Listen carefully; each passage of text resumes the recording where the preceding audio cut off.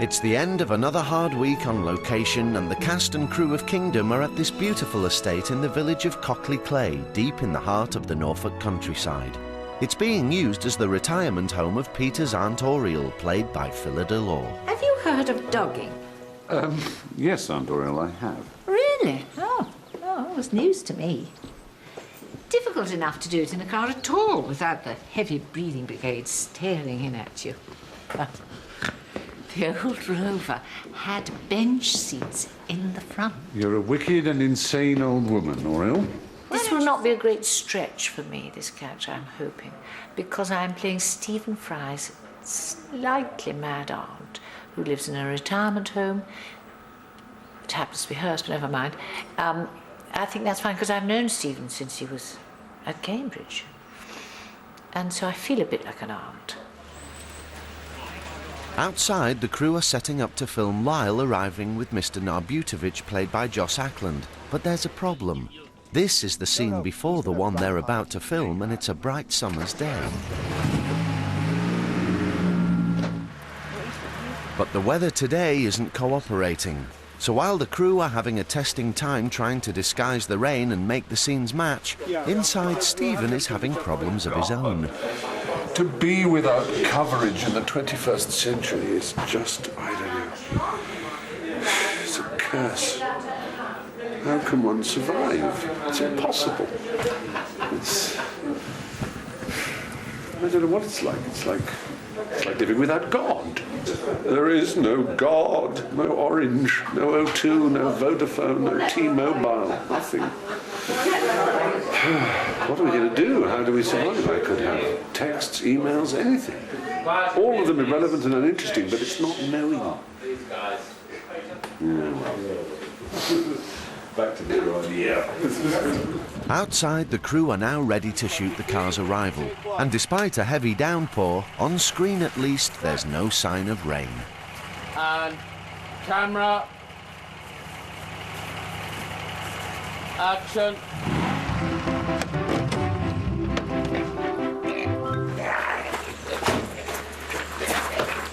That was just until they've cleared your house. And don't worry, I'll keep an eye on them. Are you?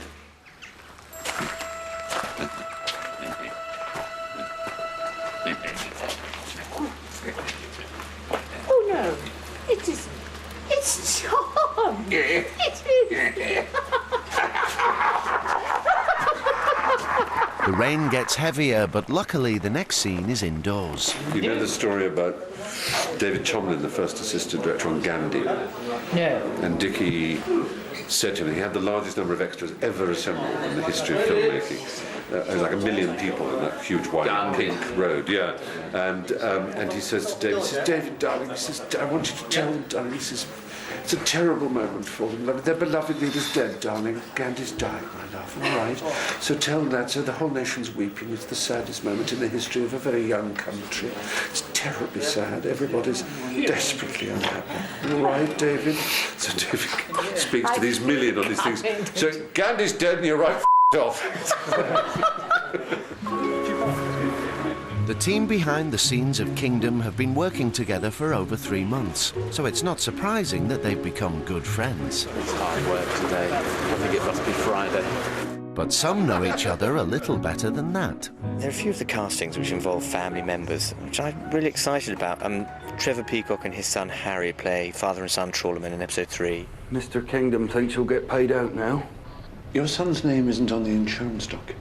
Because they've known each other all their lives, they can just start at another level, and I think that's really evident that they're really comfortable with each other, and I think they did it quite beautifully. I just wanted to be on the water with you. Well, I'll be out soon enough. I need you now. Oh, hello. Also, the Wallers are a real husband and wife team.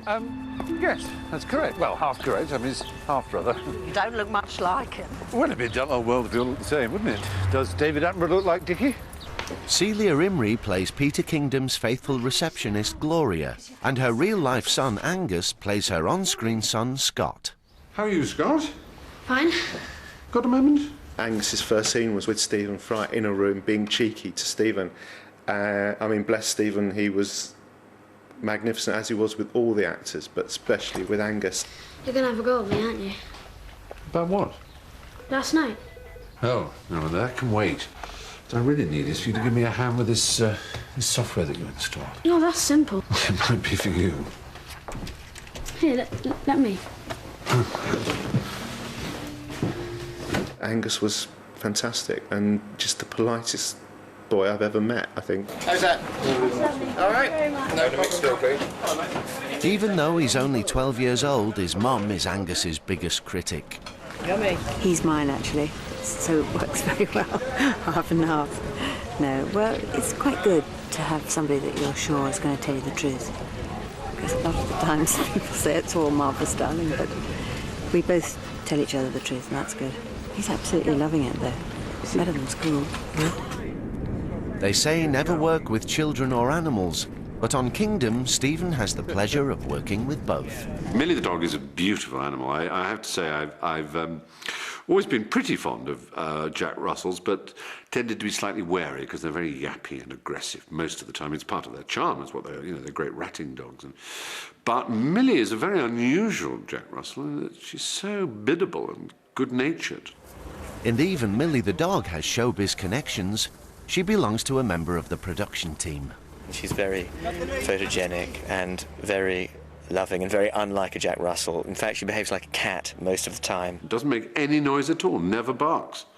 Does not have a bark. You know, you get that sort of dog, occasional sort of noise comes out of her. And she's delightful, and you can wear her on your neck, which is unusual for a dog, like a sort of boa. Family or not, every performer has their price, and Millie is no exception. I have to keep a bag of what people in the animal industry call treats. I have to have a bag of treats in my pocket all the time, because dogs are wonderfully simple. I mean, we go on about how they love unconditionally and all the rest of it, and it's kind of true, but generally speaking, they love for food. Now, do you think Millie will run beside you if you say, Millie, Millie, Millie? It's a dodgy one with so many other people to run to. Yeah, and other dogs. Well, and other dogs. I mean, it would be nice if she did. I mean, if you give me those, the trouble is, She always comes those back. are the big bicky ones, and those ones she just buries with her nose rather oddly. Well, she does come back to you if you call her. So She will do that. She might not walk beside you, And but if she knows these are in my pocket, that helps. Remember if he had a big lunch? So what she'll do now is go off and bury it with her nose. It's an unusual procedure. Find somewhere to drop it. I'll come back later. Yeah. Nicely. Will that do? That'll... Oh, no, not there. Very good. There we are. And then pushes with the nose. Up there, the nose there. Scrapes it over. Isn't that wonderful? It's a marvellous... Oh, that's beautiful. You splendid creature. It means you've got a sandy nose. Still to come, a new look for a familiar face. Hello, Philip Collins. I felt either hinge or bracket. I wasn't quite sure which one.